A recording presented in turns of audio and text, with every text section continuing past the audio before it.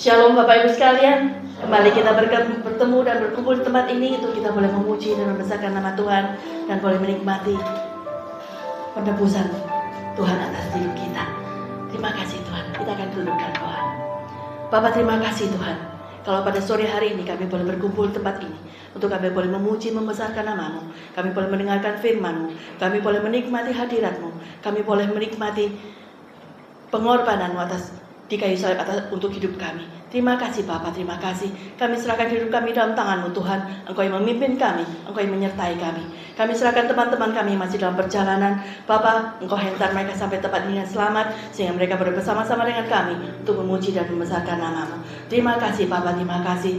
Saat kami masuk dalam hadirat-Mu Tuhan, kami mau bawa persembahan yang terbaik, yang terindah bagi-Mu.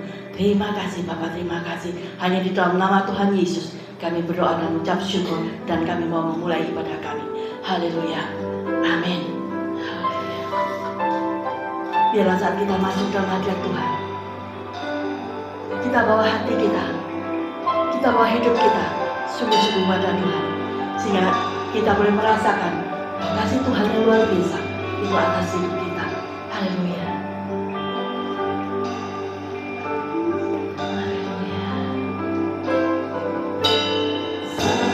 Masuk ke hadirat-Mu, bawa persembahan ke tempat kudus-Mu. Pujian ku naikkan, sembahku berikan bagi-Mu Allah yang mulia.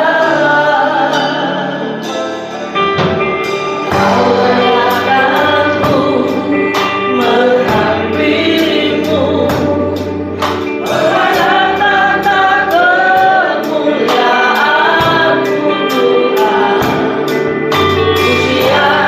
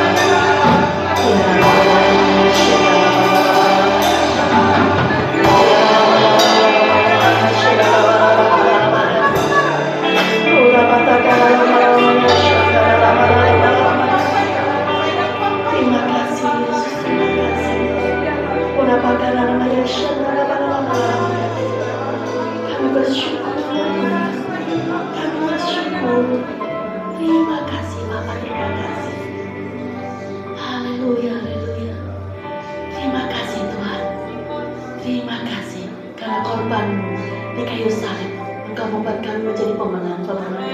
Engkau membuat kami lebih lagi dari pemenang, Tuhan. Terima kasih Bapa. Kami mau memuji membesarkan nama-Mu dengan segenap hati kami, dengan segenap jiwa dan kekuatan kami, Bapa. Karena hanya padamu kami mau berserah, hanya kepadamu kami mau bersorak-sorai. Terima kasih Tuhan, terima kasih. Jemaat yang mau memuji Tuhan lebih lagi, sama-sama kita katakan amin. Berikan kemuliaan kepada kita. Karena Tuhan kita akan menjadi lebih baik dari pemenang. Amin. Amin. Allah yang menyertai kita, Allah yang tidak pernah kalah, Allah yang menyertai kita, membuat kita lebih dari pemenang dan tidak pernah kalah. Amin. Lebih dari pemenang dalam segala bisa dikalahkan oleh kuasa darahnya. Amin.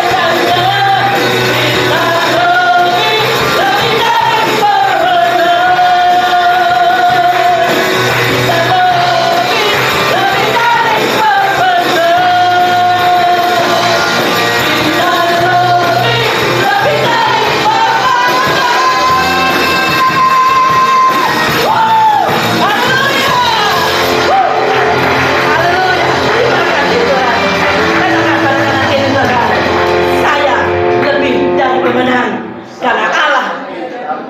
Karena Allah di pihak saya. Amin. Berikan kemuliaan kepada kita. Terima kasih Tuhan. Haleluya. Kita siap menerima firman Tuhan. Kita siap menerima korban Tuhan. Kita siapkan hati kita. Kasih Tuhan itu yang paling indah. Dia tidak pernah berkesudahan kasihnya untuk kita. Amin. Haleluya. Kasihnya begitu sempurna untuk kita. Oh, haleluya. Terima kasih Tuhan.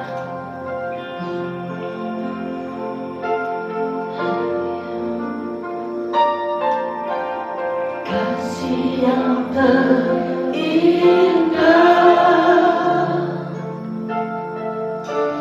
hati yang mulia,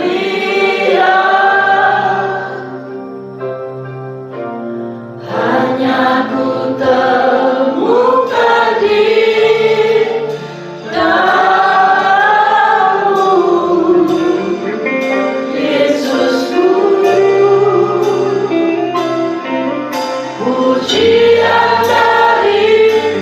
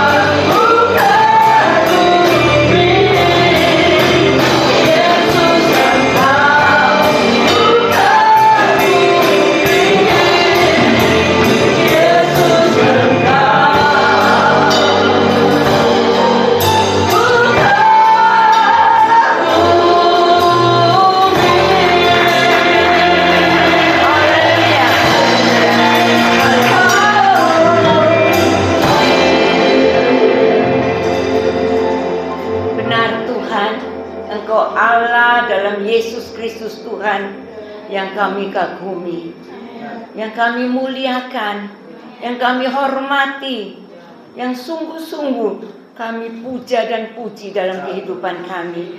Kami boleh merasakan begitu besar kasih karunia Tuhan yang limpah dalam kehidupan kami. Kalau kami ada sebagaimana kami ada sampai hari ini, semua karena kemurahan Tuhan. Bukan karena kuat dan gagah kami, tapi karena kasih anugerah Tuhan yang pelihara kami, yang selalu menjagai kami, yang selalu melindungi kami, yang selalu memberkati setiap kami. Sehingga kami boleh menikmati hari-hari hidup kami menjadi berarti dan bermanfaat di dalam dunia ini. Terima kasih Tuhan Yesus, terima kasih. Kami telah memuji dan memuliakan nama Tuhan. Kami percaya setiap pujian penyembahan kami bukan hanya kami ucapkan melalui kata-kata kami, tapi bila hati kami penuh dengan ucapan syukur di hadapan-Mu. Hati kami penuh dengan rasa terima kasih yang tak terhingga kepadamu. Karena hanya oleh pengorbanan Tuhan Yesuslah kami semua diselamatkan. Dan kami yakin melalui pengorbanan Tuhan Yesus, Tuhan mau supaya hidup kami disempurnakan menuju seperti apa yang Engkau kehendaki dalam hidup kami. Berkenan di hati Tuhan, kami menjadi serupa segambar dengan Tuhan, supaya hidup kami boleh memuliakan nama Tuhan. Terima kasih Bapak. Setiba saatnya kami akan mendengarkan firman Tuhan. Kami mau siapkan hati kami supaya firman yang akan kami terima nanti benar-benar mendapat tempat yang terbaik dalam hati kami. Kami terima dengan sukacita. Kami mau merenungkan dan kami mau belajar untuk melakukan dengan pertolongan Roh Kudus. Kami tahu Tuhan, kedagingan kami kadang-kadang ingin menghambat kami untuk melakukan firman. Tapi malam hari ini kami percaya Engkau telah jadikan kami pemenang, bahkan lebih dari pemenang. Menang atas kedagingan kami, sehingga kami boleh memuliakan Tuhan melalui firman yang kami terima. Kami boleh melakukannya, dan kami yakin kalau kami melakukan firman Tuhan, kami menjadi umat Tuhan yang berbahagia. Urapi hamba-Mu, Bapak Gembala yang Tuhan telah persiapkan.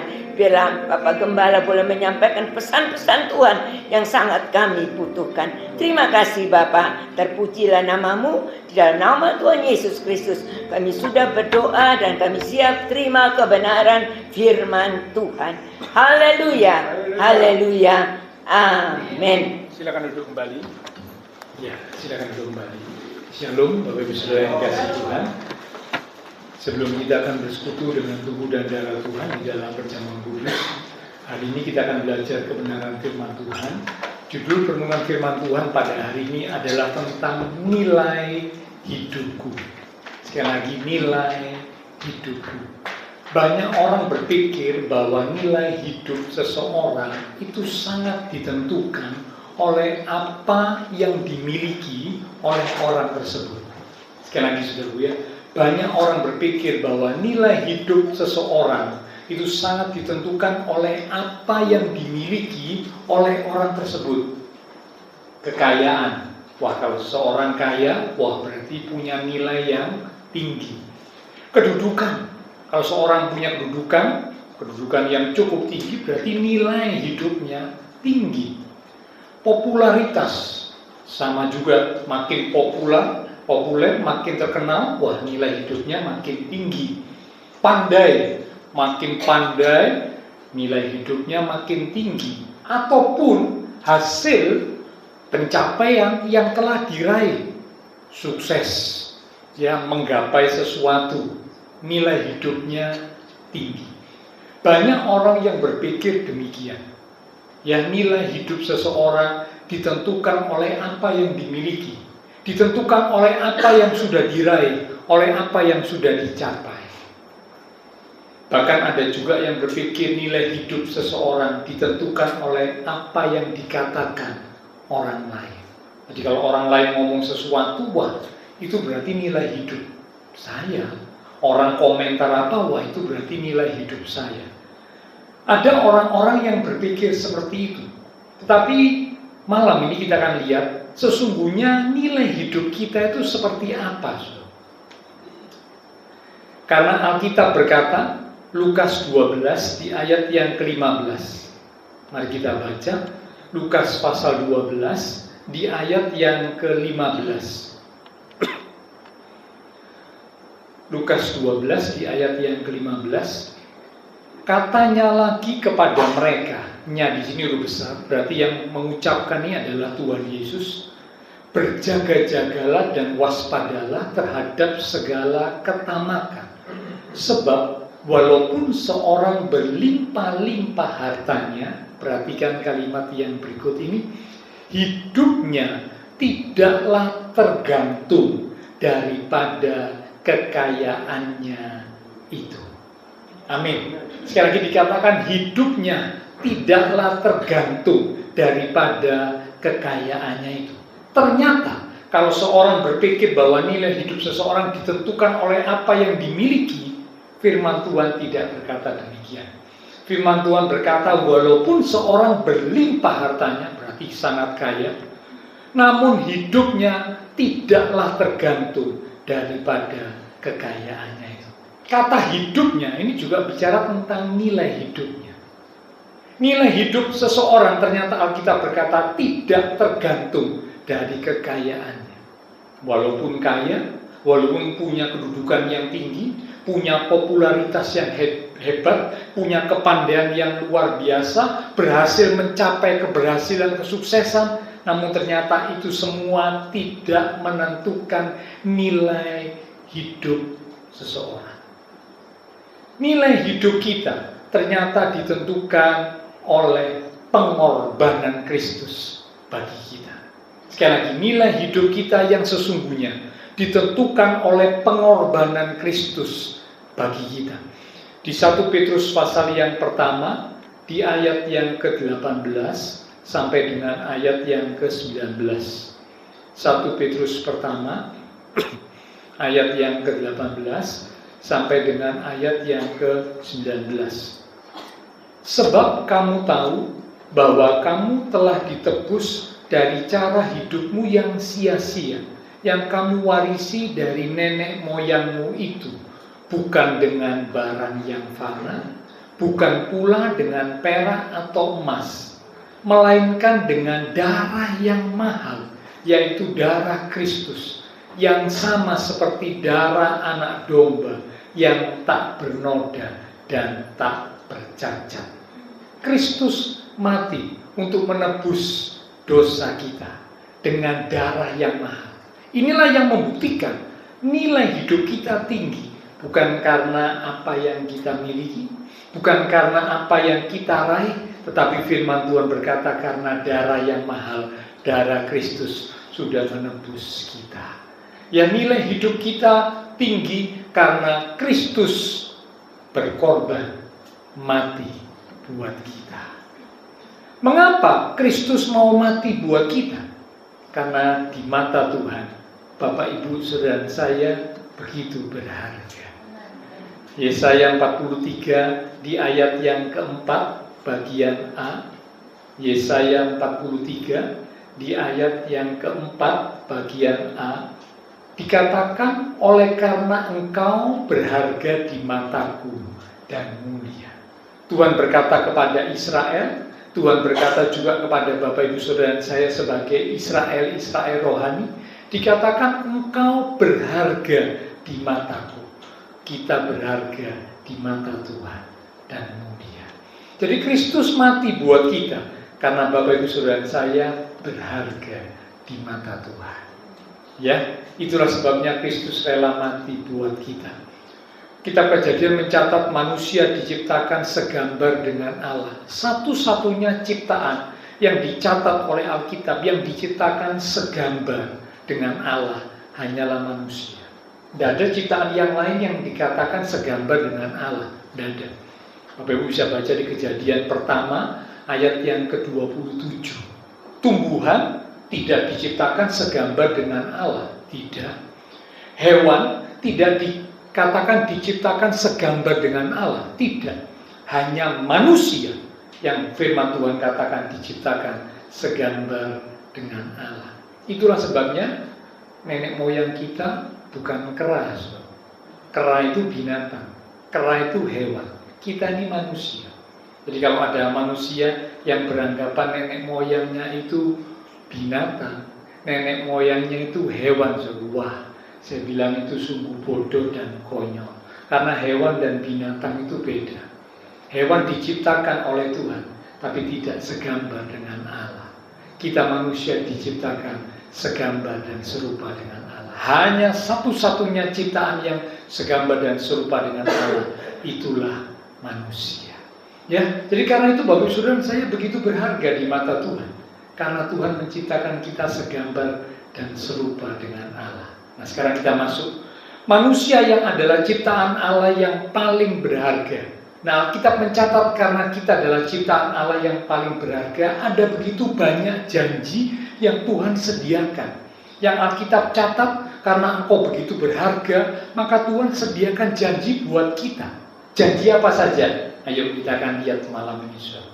Ya, janji apa yang Tuhan sediakan buat kita, manusia sebagai ciptaan Allah yang paling berharga, yang diciptakan segambar dan serupa dengan Allah.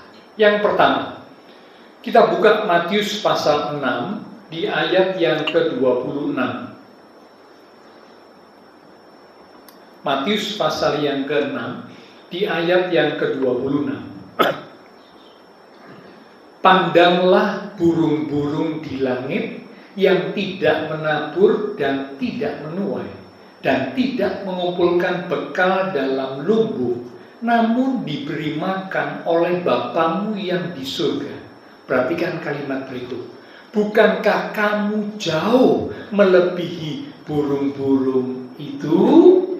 Wah, luar biasa. Dikatakan, ya, kalau Bapak Ibu baca perikop ini, perikop bicara tentang kekhawatiran. Dan perikop ini banyak ayat yang berkata, jangan kamu khawatir akan apa yang hendak kamu makan, akan apa yang hendak kamu pakai, jangan kamu khawatir.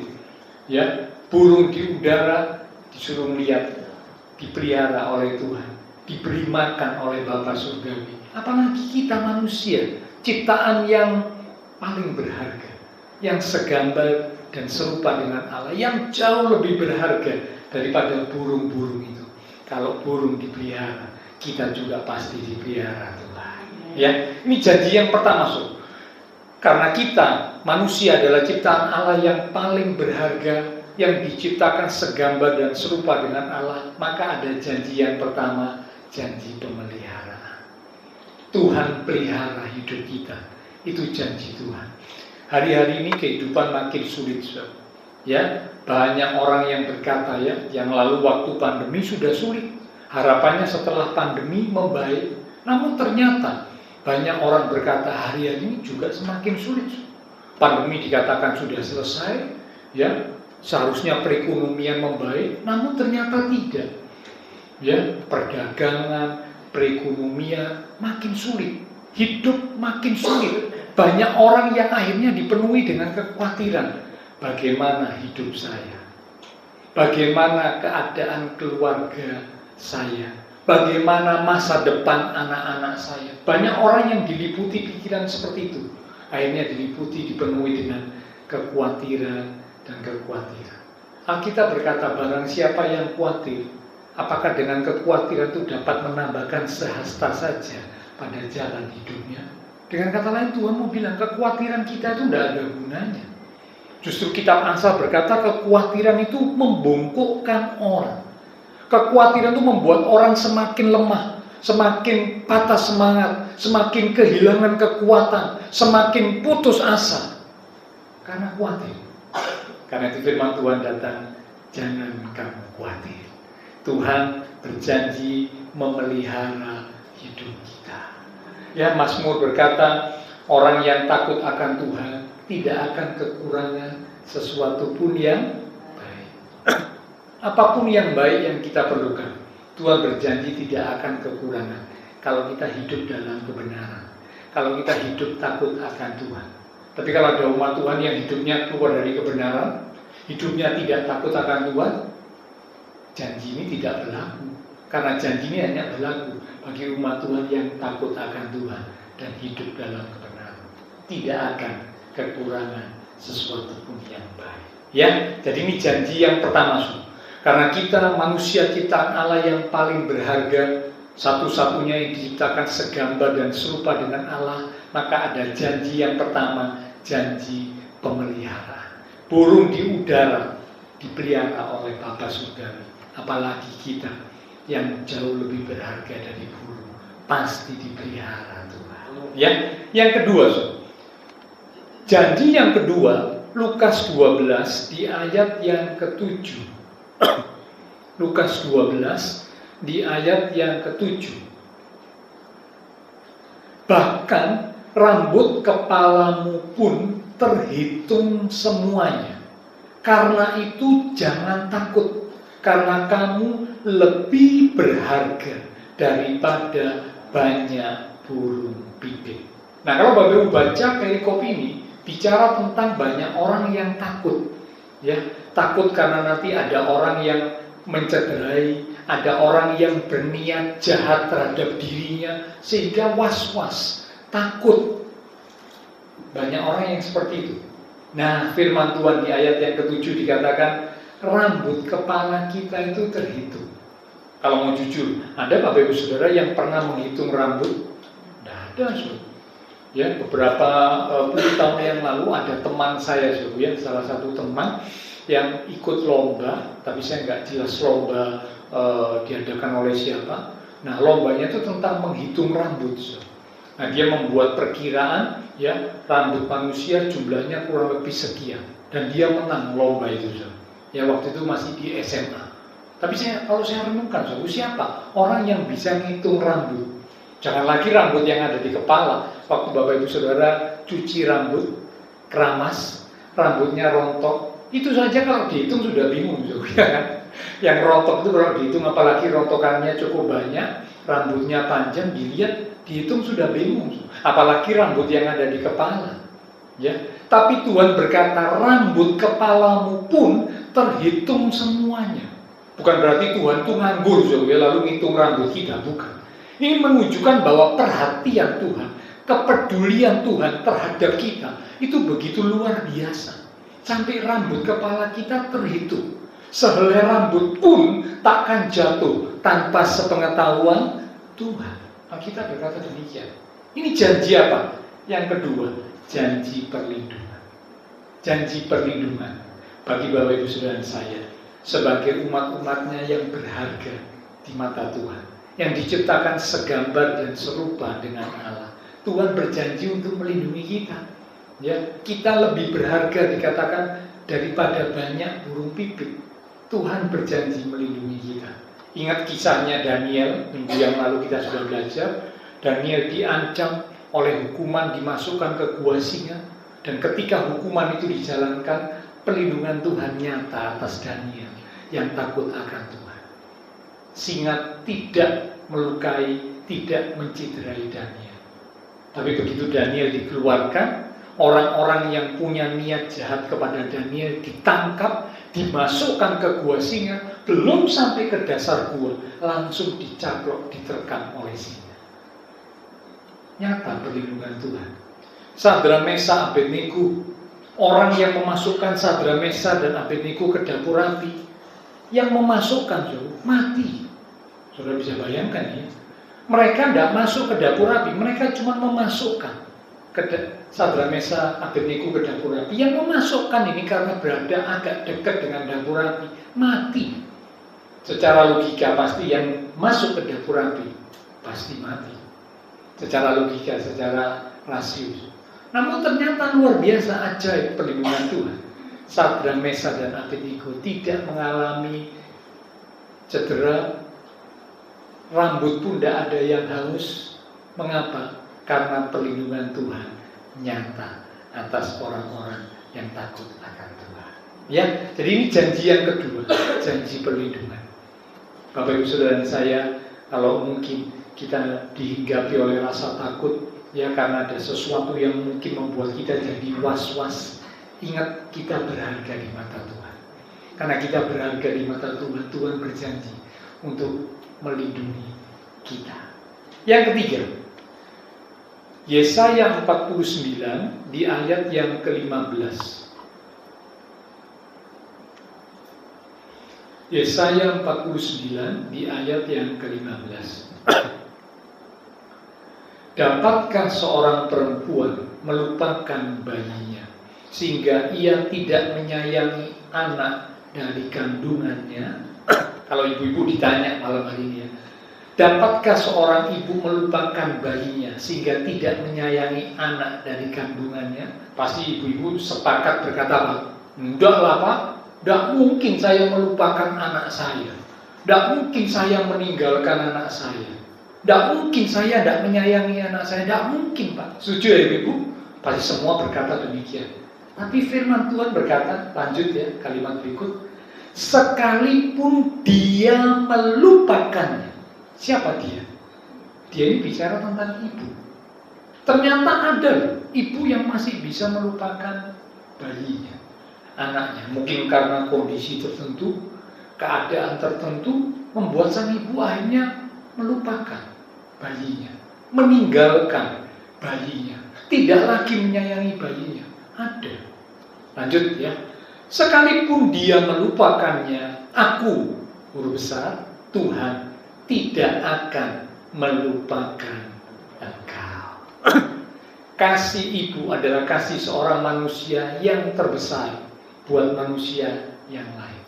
Ya kalau mau direnungkan ya, kasih yang paling terbesar dari seorang manusia kepada manusia yang lain itu adalah kasih ibu kepada anak. Nyanyian di waktu 3 itu dikatakan kasih ibu kepada beta tak terhingga. Nah, tentu tahu lagunya itu ya. Kasih yang besar dari seorang manusia kepada manusia yang lain itu adalah kasih ibu kepada anaknya. Namun ternyata kasih ibu yang besar itu masih kalah dengan kasihnya Tuhan.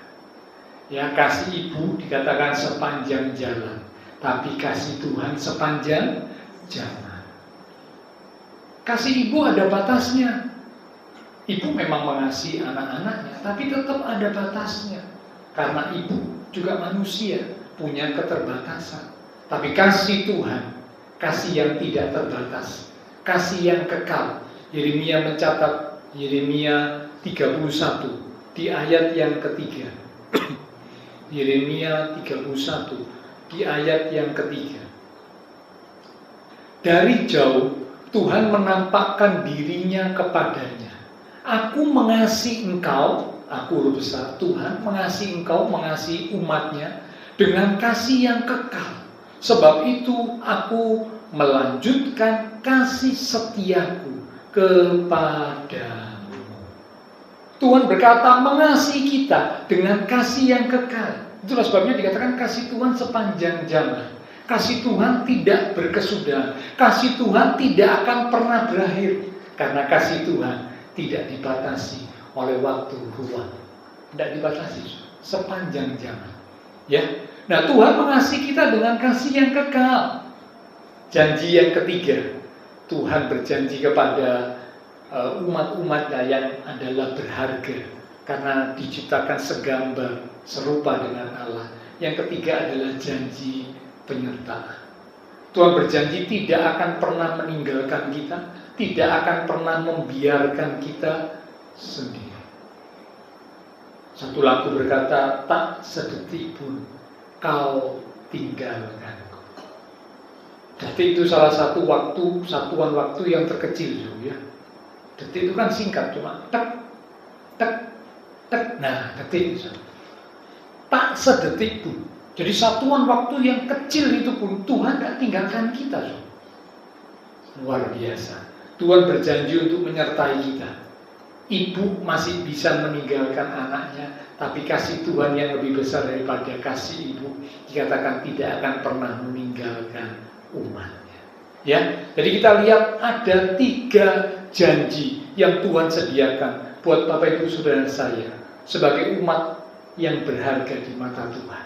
Ya, yang dikatakan diciptakan segambar dan serupa dengan Allah. Kalau mungkin kita sedang mengalami sesuatu yang membuat kita khawatir, yang membuat kita takut, yang membuat kita cemas, yang mungkin membuat kita merasa kehilangan harapan, ingat ada 3 janji yang Tuhan sediakan. Karena kita ini berharga di mata Tuhan. Yang pertama janji pemeliharaan. Burung di udara dipelihara. Kita ini lebih daripada burung. Pasti Tuhan pelihara hidup kita. Yang kedua, janji perlindungan. Ya, dikatakan rambut kepala terhitung, sehelai pun tak akan jatuh tanpa sepengetahuan Tuhan. Bicara tentang perlindungan Tuhan atas umatnya, seperti yang Tuhan buat kepada Daniel, Tuhan buat kepada Sadrak, Mesak, dan Abednego, Tuhan juga pasti akan buat untuk hidup kita. Yang ketiga, janji penyertaan. Tuhan berjanji tidak akan melupakan, tidak akan meninggalkan kita. Disertai Tuhan senantiasa. Ya. Nah, ternyata kita berharga di hadapan Tuhan bukan hanya waktu kita hidup, bahkan saat kita mati pun, kematian umat Tuhan itu berharga di mata Tuhan. Mari kita lihat ayatnya, saudara, ya. Mazmur 116 di ayat yang ke-15. Ini salah satu ayat yang biasanya saya baca pada waktu ibadah penghiburan. Mazmur 116 di ayat yang ke-15. Berharga di mata Tuhan kematian semua orang yang dikasihinya. Luar biasa. Waktu kita hidup, kita berharga. Karena kita diciptakan segambar dan serupa dengan Allah. Ternyata waktu kita mati pun, saat kita mati pun, Alkitab berkata berharga di mata Tuhan kematian semua orang yang dikasihinya. Jadi kalau ada anggota keluarga kita yang dipanggil pulang oleh Tuhan, ya ingat ayat ini. Ternyata kalau anggota keluarga kita yang dipanggil pulang Tuhan itu adalah orang yang mengasihi Tuhan, kematian anggota keluarga kita itu berharga di mata Tuhan. Diperhatikan Tuhan, Tuhan kirim malaikatnya untuk menjemput, membawa pulang kembali ke rumah Bapa surga. Ya, jadi itulah janji-janji yang Tuhan sediakan. Sebenarnya ada banyak janji, ya, tapi malam hari ini kita cuma lihat beberapa janji yang paling tidak mengingatkan kita. Ya, kalau kita sedang mengalami sesuatu, kita mendengar sesuatu, kita melihat sesuatu yang membuat kita khawatir, takut, dan sebagainya, ingat, kita ini berharga di mata Tuhan. Karena kita berharga, Tuhan beri kita 3 janji. Janji pemeliharaan, janji perlindungan, janji penyertaan. Ya, hidup berharga, mati pun berharga di mata Tuhan. Nah, kalau kita sungguh menyadari bahwa nilai hidup kita ditentukan oleh pengorbanan Kristus, karena kita ini berharga di mata Tuhan, nilai hidup kita ditentukan oleh pengorbanan Kristus yang mati buat kita, maka seharusnya fokus hidup kita, tujuan hidup kita yang utama itu adalah Kristus. Saya ulang, saudara, kalau kita sungguh menyadari bahwa nilai hidup kita sesungguhnya ditentukan oleh pengorbanan Kristus bagi kita, maka seharusnya fokus utama hidup kita itu adalah Kristus. Yakobus berkata, kita lihat ya, Yakobus 4 ayat yang ke-13 sampai dengan ayat yang ke-16.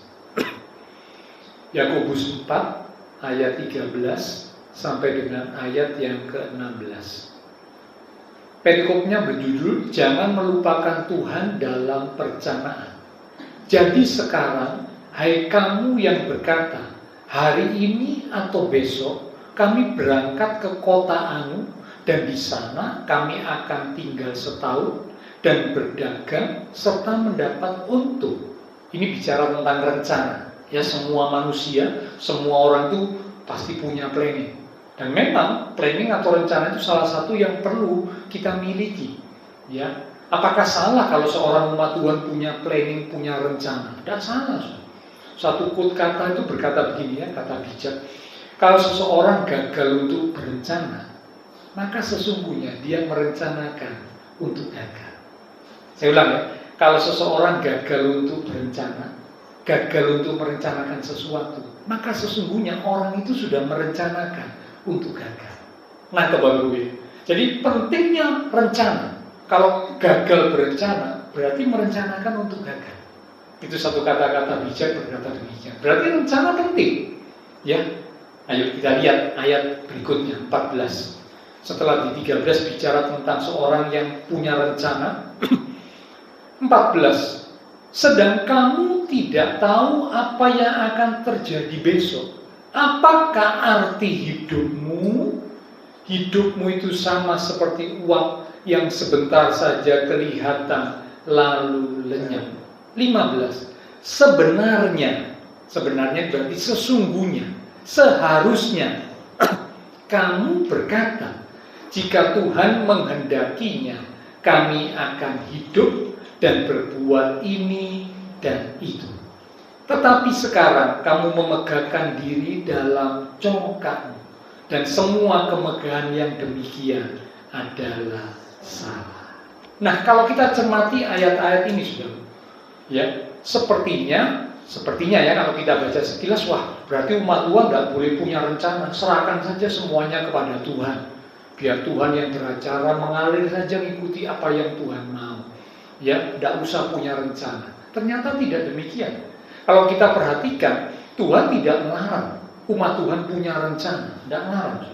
Tetapi di ayat 15 dikatakan, kalau kita punya rencana, serahkan rencana kita kepada Tuhan. Libatkan Tuhan di dalam rencana kita. Karena itulah 15 berkata, jika Tuhan menghendaki, kami akan hidup dan berbuat ini dan itu. Bedanya apa? Di ayat 13, seorang punya rencana, tapi dalam rencananya tidak melibatkan Tuhan. Rencananya, fokusnya adalah dirinya. Dia menganggap karena saya pandai, karena saya hebat, karena saya mampu, maka rencana saya ini pasti berjalan. Setahun di sini, kerja ini, lakukan ini, dapat untung, sukses. Nah, ini fokusnya kan pada dirinya, pada pikirannya, pada kemampuannya, pada kehebatannya. Nah, ini yang Tuhan bilang tidak boleh. Umat Tuhan tidak boleh demikian, karena fokusnya kepada diri sendiri. Punya rencana boleh, tapi tidak boleh fokus kepada diri sendiri. Begitu kita punya rencana, bawa rencana kita kepada Tuhan.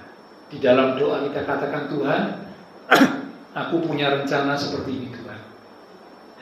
Aku mau ke sana, aku mau lakukan ini, selama waktu sekian, aku serahkan ke dalam tangan. Biar bukan kehendakku yang jadi, tapi kehendak Tuhan yang jadi. Nah, ini beda, so. Beda. Sama-sama punya rencana, tapi yang satu fokusnya kepada diri sendiri. Menganggap dirinya mampu, hebat, lalu tidak melibatkan Tuhan. Pasti sukses, pasti berhasil. Fokusnya pada diri sendiri. Tapi yang satunya, dia berkata, jikalau Tuhan menghendaki, aku akan lakukan ini dan itu. Fokusnya kepada Tuhan. Ya, jadi kalau kita menyadari, kalau kita sungguh-sungguh menyadari bahwa nilai hidup kita itu ditentukan oleh pengorbanan Kristus, maka biarlah ya fokus hidup kita bukan kepada diri sendiri, tapi fokus hidup kita tertuju kepada Tuhan. Ya, dan ini harus kita lakukan di seluruh aspek hidup kita. Ketika kita berencana, ketika kita melakukan sesuatu, apapun itu, fokus kita tertuju kepada Tuhan, maka akan membuat nilai hidup kita semakin naik, semakin berarti, semakin bermakna. Tapi kalau seorang fokusnya kepada diri sendiri, nanti jadi seperti kayak Salomo. Salomo itu orang yang hebat, so. Ya, siapa yang bisa mengalahkan Salomo dalam soal kekayaan, dalam soal kemuliaan, dalam soal pasangan hidup? Wah, tidak ada yang mengalahkan Salomo, so. Kekayaannya luar biasa, kemuliaannya sampai ke negara-negara lain, sampai ratu raja negara lain berkunjung ingin menyaksikan kerajaan Salomo. Wanita pasangan yang dimiliki Salomo, wah, jumlahnya sampai 1000. Ya. Secara manusia hebat kelihatannya, wah, secara manusia wah nilai hidupnya hebat. Tapi Salomo mencatat di kitab Pengkhotbah, segala sesuatu adalah sia-sia. Ketika fokus hidup Salomo tertuju kepada dirinya, dia tidak melibatkan Tuhan di dalam hidupnya. Hatinya digeser kepada yang lain. Awal pertama kali memerintah, dia fokus kepada Tuhan. Tapi begitu dia berhasil, dia semakin sukses, semakin jaya, semakin hebat, fokusnya bukan lagi kepada Tuhan, tapi kepada yang lain. Di akhir masa tuanya dia berkata segala sesuatu sia-sia. Bagaikan usaha menjaring angin. Sia-sia di atas kesia-siaan. Itulah orang yang fokus hidupnya kepada diri sendiri. Ya, jadi Bapak Saudara, kalau kita rindu supaya hidup kita bermakna, kita sadar bahwa nilai hidup kita ditentukan oleh Kristus, karena Kristus yang berkorban buat kita, maka biarlah fokus hidup kita bukan pada diri kita sendiri. Entah itu rencana kita, entah itu apa yang kita lakukan, apapun dalam seluruh aspek hidup kita, biarlah fokus hidup kita hanya tertuju kepada Tuhan. Amin. Bila firman Tuhan boleh jadi berkat untuk kita sekalian. Silakan pelayan mimbar dan pelayan perjamuan kudus untuk maju ke depan. Lewat satu pujian kita akan katakan, salibmu membuka mataku. Betapa berharga nilai hidupku. Menanggung semua dosaku. Berikan hidupmu menggantikan diri. Salib Kristus membuat kita jadi punya nilai hidup yang berharga. Silakan pelayan mimbar, pelayan perjamuan kudus untuk maju ke depan. Sama-sama kita akan katakan lewat pujian ini.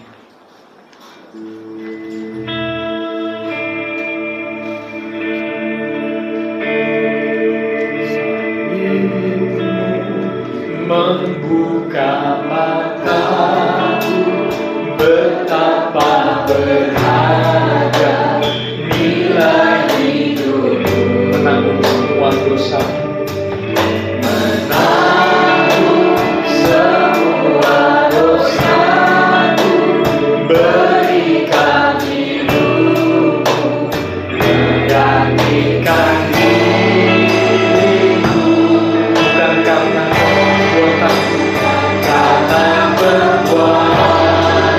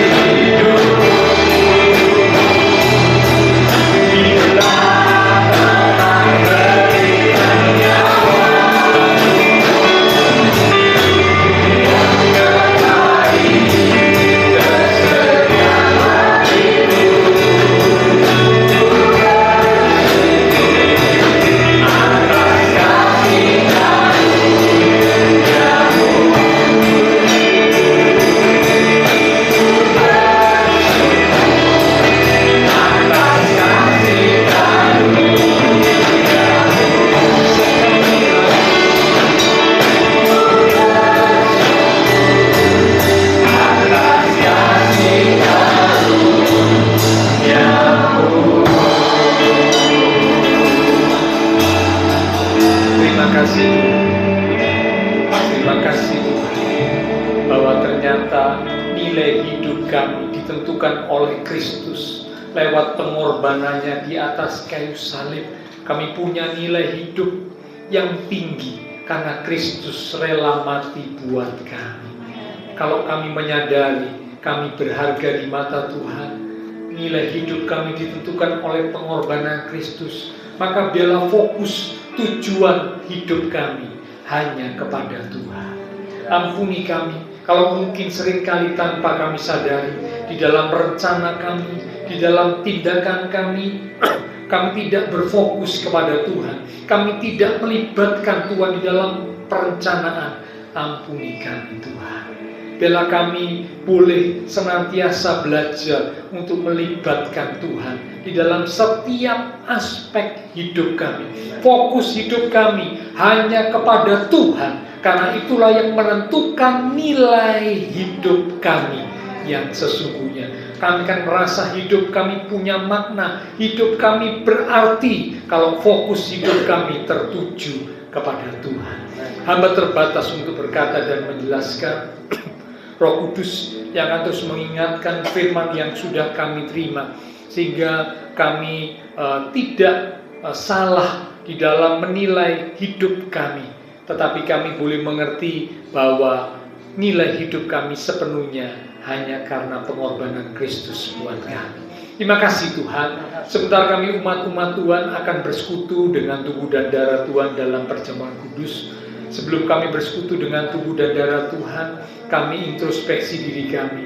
Jikalau ada dosa kesalahan yang sudah kami lakukan, baik lewat tindakan kami, lewat perkataan kami, lewat pemikiran kami yang tidak seturut dengan kehendak Tuhan, malam ini sebelum kami bersekutu dengan tubuh dan darah Tuhan, kami datang merendahkan diri di hadapan Tuhan. Kami mohon pengampunan Tuhan. Ampuni Tuhan akan segala dosa, kesalahan yang sudah kami lakukan, yang sudah kami ucapkan, yang sudah kami pikirkan, yang tidak berkenan di hadapan Tuhan. Ampuni kami Tuhan. Ampuni kami Tuhan. Dan kami percaya jikalau kami memohon pengampunan dengan penuh kesungguhan, merendahkan diri di hadapan-Mu, maka Engkau Allah yang setia dan adil. Engkau berjanji untuk mengampuni kami dan menyucikan kami dari segala pelanggaran kami, sehingga sebentar kami umat Tuhan dikuduskan, dilayakkan untuk kami boleh bersekutu dengan tubuh dan darah Tuhan yang kudus. Berkati roti dan anggur yang akan kami terima, bila melalui persekutuan dengan tubuh dan darah Tuhan malam ini, iman setiap kami semakin dikuatkan, semakin diteguhkan.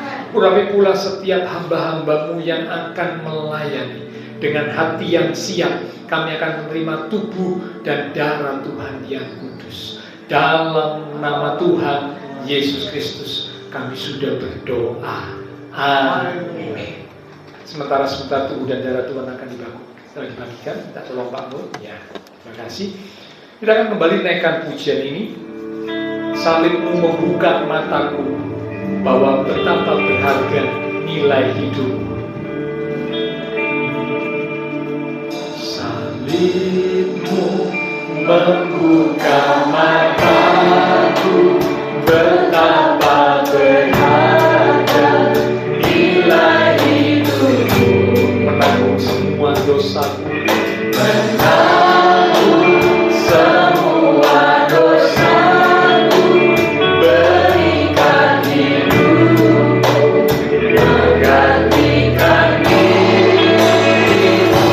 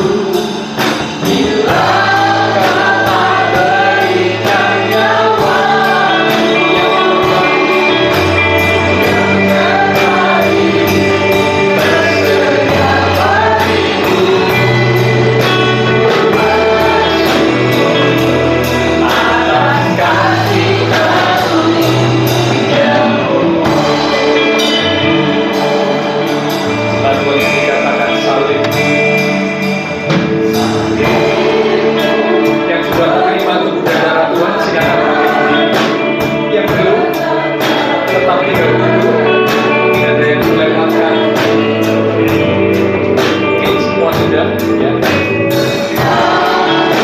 Siap pasti dan anggur, bacaan firman Tuhan yang ada di Yohanes.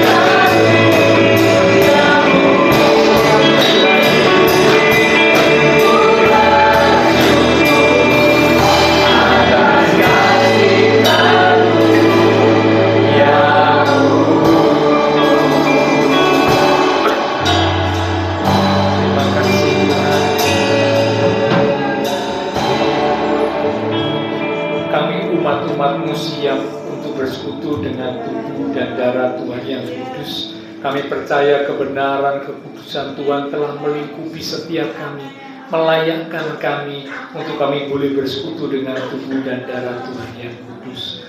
Sekarang dengan hati pikiran yang tertuju kepada korban Kristus di atas kayu salib, mari kita angkat roti yang adalah tubuh Tuhan lebih tinggi dari kepala kita. Kita akan dengarkan firman Tuhan yang terambil dari 1 Korintus pasal yang ke-11 di ayat yang ke-23 mulai. Demikian firman Tuhan.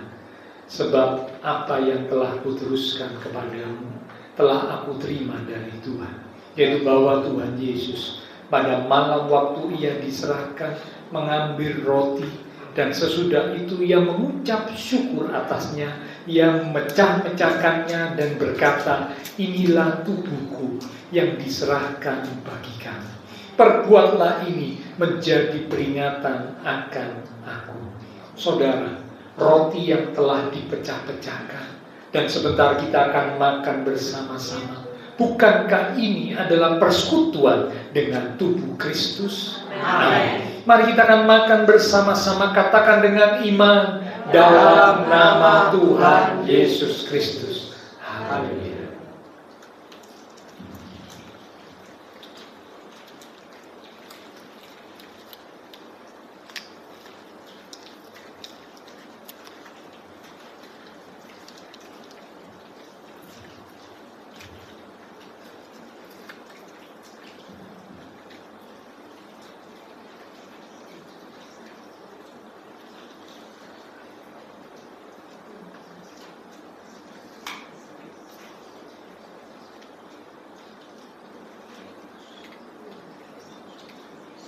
Terima kasih Tuhan. Terima kasih untuk persekutuan dengan tubuh-Mu. Terima kasih Tuhan. Mari sekarang kita angkat cawan lebih tinggi dari kepala kita. Kembali kita akan dengar firman Tuhan. Demikian juga ia mengambil cawan sesudah makan, lalu berkata, cawan ini adalah perjanjian baru yang dimeteraikan oleh darahku, darah perjanjian yang ditumpahkan untuk pengampunan dosa. Perbuatlah ini setiap kali kamu meminumnya menjadi peringatan akan aku. Saudara, cawan yang telah kita mintakan berkat atasnya, dan sebentar kita akan minum bersama-sama. Bukankah ini adalah persekutuan dengan darah Kristus? Amin. Mari kita akan minum bersama-sama, katakan dengan iman, dalam nama Tuhan Yesus Kristus. Haleluya.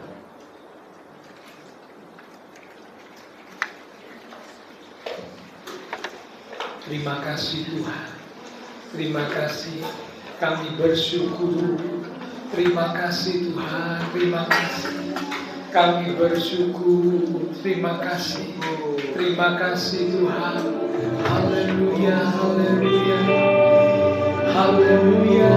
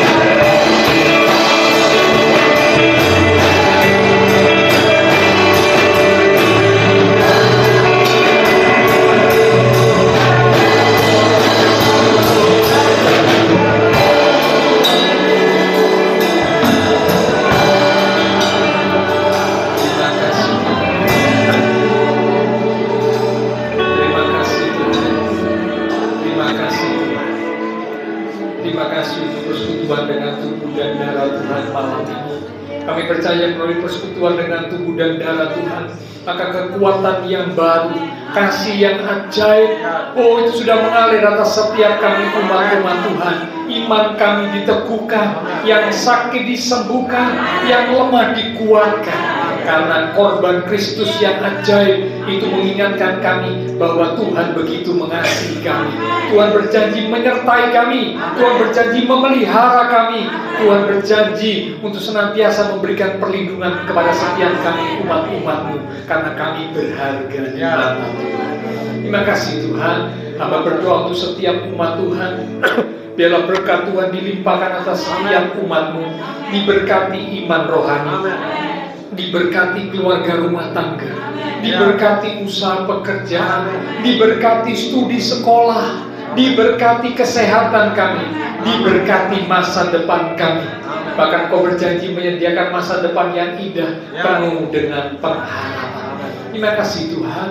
Terima kasih semua yang sudah melayani, persembahan yang dipersembahkan, apapun yang dilakukan setiap umat Tuhan. Karena mengasihi Tuhan, Allah sumber segala berkat akan memberkati kembali dan memakai hidup kami untuk kami boleh lebih lagi memuliakan Tuhan. Kami berdoa buat teman-teman seiman yang tidak bisa hadir, untuk mereka-mereka yang membutuhkan bantuan doa. Untuk saudara Ferry, anak Bapak Ibu Budiono yang baru mengalami kecelakaan, Tuhan Engkau tolong, Engkau pulihkan kesehatan, kesembuhan untuk Ferry. Demikian juga untuk kesehatan Ibu Gunadi dan teman-teman seiman kami yang lain yang sakit. Lewat tempat ini kami satukan hati dan iman kami. Kami mohon dalam kuasa Tuhan yang ajaib menjamah di dalam nama Tuhan Yesus Kristus. Oleh bilur Tuhan Yesus, teman-teman seiman kami yang sakit Tuhan sembuhkan, yang lemah Tuhan kuatkan, yang susah Tuhan hiburkan.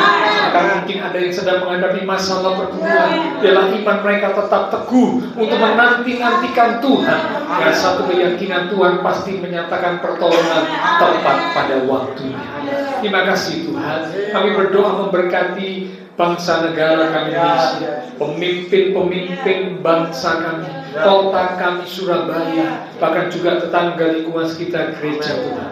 Memberkati setiap jemaat Tuhan yang berulang tahun sepanjang minggu ini. Melalui pertambahan usia yang Tuhan beri, membawa kami semakin cinta Tuhan, semakin sungguh-sungguh di dalam Tuhan. Terima kasih Tuhan.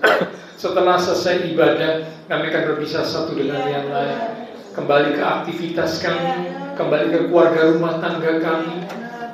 Biarlah segala berkat, anugerah, damai, sukacita yang melimpah dari Allah Bapa Surgawi, kasih Tuhan Yesus Kristus, dan persekutuan dengan kuasa Roh Kudus akan terus memimpin menuntun langkah kehidupan setiap kita. Itu terus menjadi kita sekalian mulai malam ini sampai Maranatha, Tuhan Yesus datang kembali.